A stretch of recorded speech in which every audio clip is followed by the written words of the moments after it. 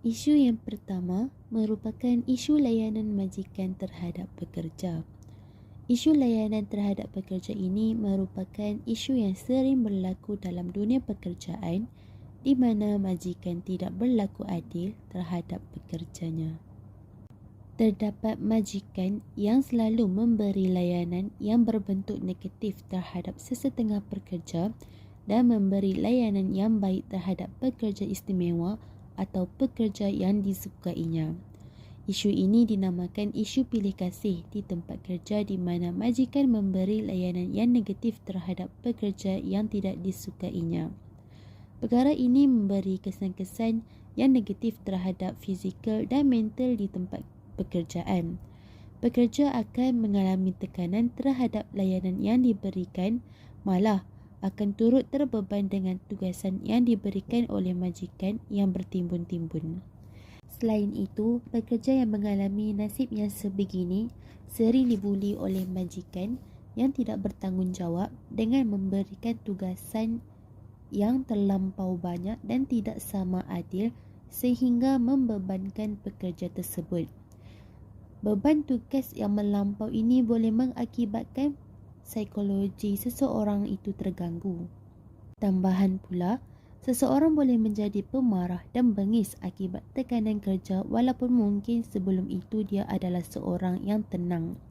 Masalah lebih besar akan timbul apabila emosi yang sukar dikawal ini terbawa-bawa sehingga ke rumah ketika bersama keluarga.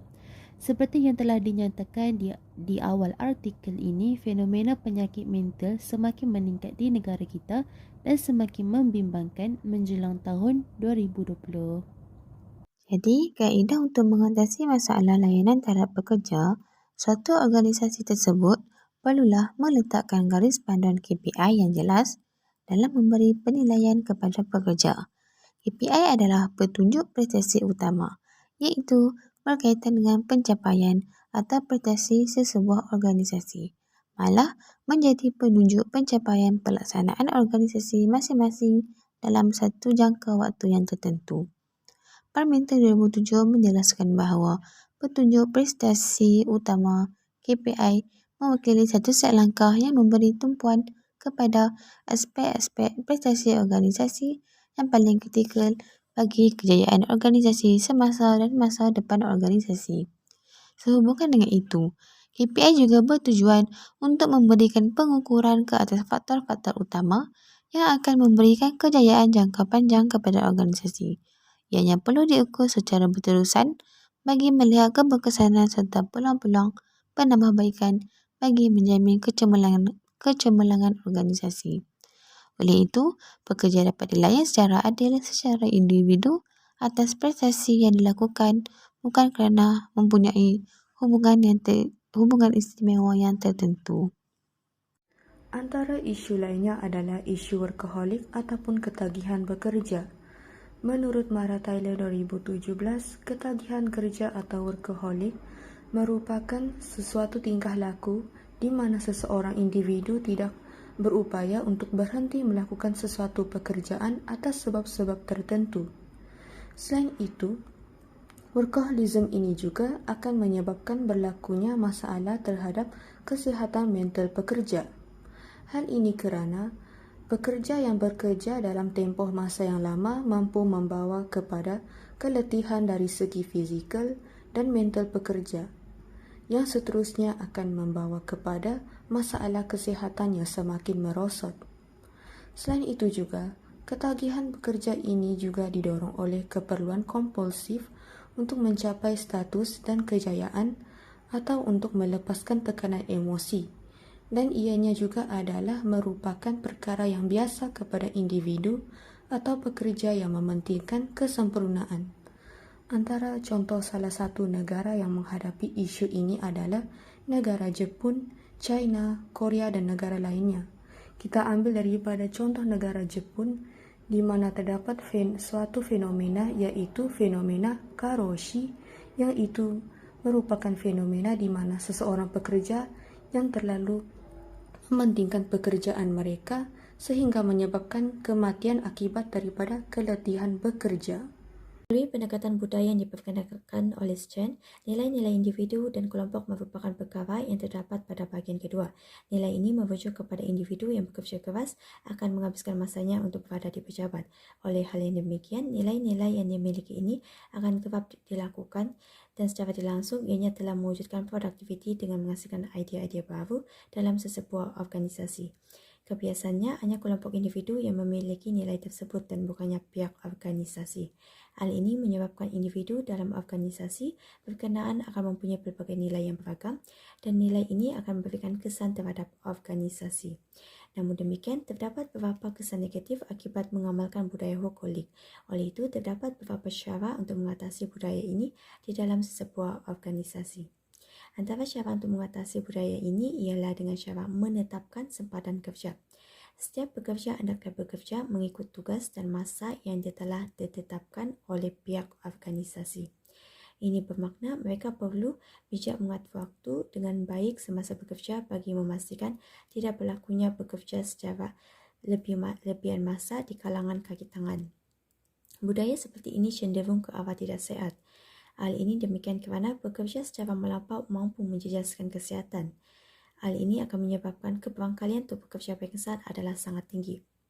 Oleh itu, setiap pekerja perlu tahu batas pekerjaan yang perlu dilakukan mengikut ketetapan tugas yang diberikan bagi memastikan produktiviti sebuah organisasi mampu ditingkatkan. Bukan itu sahaja, mengurangkan beban kerja menjadi salah satu cara untuk mengatasi budaya workaholic dalam sesebuah organisasi. Pihak majikan perlulah bertimbang rasa terhadap pembagian tugas kepada setiap pekerjanya. Sedikit sebanyak ianya mampu meringankan beban pekerja. Hal ini membantu mengurangkan tekanan pekerja dalam menyelesaikan suatu tugas yang diberikan. Beban kerja yang sedikit mampu memberikan mereka masa untuk memberikan hasil kerja yang bagus, dan ini mampu meningkatkan mutu sesebuah organisasi. Oleh hal yang demikian, produktiviti dapat ditingkatkan apabila pekerja berada dalam keadaan tenang, bahagia dan tiada sebarang masalah tekanan yang dihadapi sepanjang bekerja. Seterusnya adalah isu diskriminasi di tempat kerja di mana menurut Seals, Bergman dan Peplau 1999, mereka menyatakan bahawa diskriminasi merujuk kepada layanan yang tidak adil terhadap individu tertentu di mana layanan ini dibuat berdasarkan kumpulan yang diwakili oleh individu berkenaan. Bukan itu sahaja, isu diskriminasi juga merupakan suatu amalan yang biasa dijumpai dalam masyarakat manusia terutama pada hari ini, di mana ia berpunca daripada kecenderungan manusia yang suka membeza-bezakan orang lain. Malahan, diskriminasi juga boleh berlaku dalam pelbagai jenis bentuk, umur, kaum, budaya, jantina dan juga agama. Sebagai contoh, diskriminasi dari segi jantina iaitu ia berlaku dari segi perbezaan gaji, di mana jika kita lihat pekerja wanita seringkali mendapat jumlah gaji yang sedikit berbanding dengan pekerja lelaki. Manakala dari segi umur pula, paling ketara apabila pekerja yang lebih muda seringkali dilambangkan dengan skop tugas di luar kontrak pekerjaan atas kapasiti masih muda dan juga pekerja baharu. Isu diskriminasi berkaitan dengan agama juga merupakan isu yang paling dominan yang dialami oleh para pekerja di Malaysia. Hal ini dapat dibuktikan apabila Pusat Komas Malaysia telah melaporkan terdapat isu diskriminasi dari segi pemakaian tudung di tempat kerja. Isu ini dilihat oleh mereka yang berbangsa Melayu sebagai satu bentuk diskriminasi bukan sahaja dari segi agama Islam tetapi khususnya kepada orang Melayu yang sinonim dengan agama Islam. Oleh hal yang demikian, isu pemakaian tudung ini bertambah panas apabila terdapat sesetengah syarikat hotel didakwa tidak membenarkan pekerja mereka memakai tudung atas kapasiti mengikut standard antarabangsa. Cara mengatasi budaya diskriminasi. Pendekatan yang paling sesuai dengan hal yang berkaitan dengan budaya ini ialah pendekatan artifak. Pendekatan ini berfokuskan kepada perilaku seorang pekerja yang dilihat dari kod pakaian pekerja, tingkah laku pekerja, misi dan visi sesebuah organisasi. Artifak ini dapat menjelaskan sesuatu hal yang dilakukan oleh suatu kelompok. Nilai kebudayaan yang dapat dilihat berdasarkan model budaya ini adalah terdiri daripada lingkungan fisik dan sosial dalam setiap anggota organisasi. Pendek kata, artifak merupakan suatu perkara yang disediakan atau diciptakan oleh organisasi dan perlu dipatuhi. Oleh itu, terdapat beberapa langkah yang dapat mengatasi isu-isu diskriminasi yang semakin menjadi di dalam sesebuah organisasi. Antara langkah mengatasi isu diskriminasi ialah meningkatkan penglibatan pihak pengurusan sumber manusia dalam sesebuah organisasi. Mereka menjadi orang tengah di antara pihak pekerja dan firma. Mereka akan memberikan layanan yang adil dan saksama kepada semua pekerja yang seiring dengan matlamat firma. Penumpuan ini adalah untuk memberikan pemahaman dan meningkatkan kesedaran dalam kalangan firma bagi memastikan penerimaan terhadap perbezaan sikap budaya dan komunikasi yang baik dapat ditingkatkan. Oleh hal yang demikian, pengurusan sumber manusia mampu menjadi pengatur yang terbaik di antara kedua-dua pihak bagi memastikan tidak berlakunya sebarang diskriminasi di dalam sesebuah organisasi.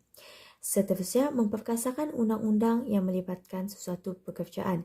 Misalnya, mewujudkan satu akta yang khusus berkaitan isu-isu diskriminasi.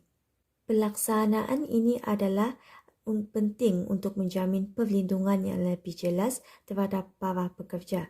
Ianya mampu memberikan kesan yang positif terhadap keprihatinan dalam membanteras gejala sedemikian yang boleh menjejaskan sistem perpaduan negara. Jelas bahawa kewujudan akta khusus yang berkaitan isu diskriminasi mampu membantu dalam penyampaian aduan di tempat kerja dapat disiasat dengan lebih terperinci dan ini menyebabkan isu ini tidak boleh dipandang rendah oleh semua pihak. Tambahan pula, memperbanyakkan program atau seminar di seluruh negara. Setiap program yang dilaksanakan itu mampu memberikan kesedaran yang tinggi terhadap isu diskriminasi. Melalui program tersebut, masyarakat dapat mengetahui betapa berbahayanya isu ini dan ianya mampu memberikan pemahaman sedikit sebanyak terhadap masyarakat. Oleh itu, penglibatan masyarakat amatlah penting dan pihak yang bertanggungjawab hendaklah memperbanyakkan lagi kempen-kempen kesedaran ini agar isu diskriminasi ini dapat ditangani dengan kadar yang segera.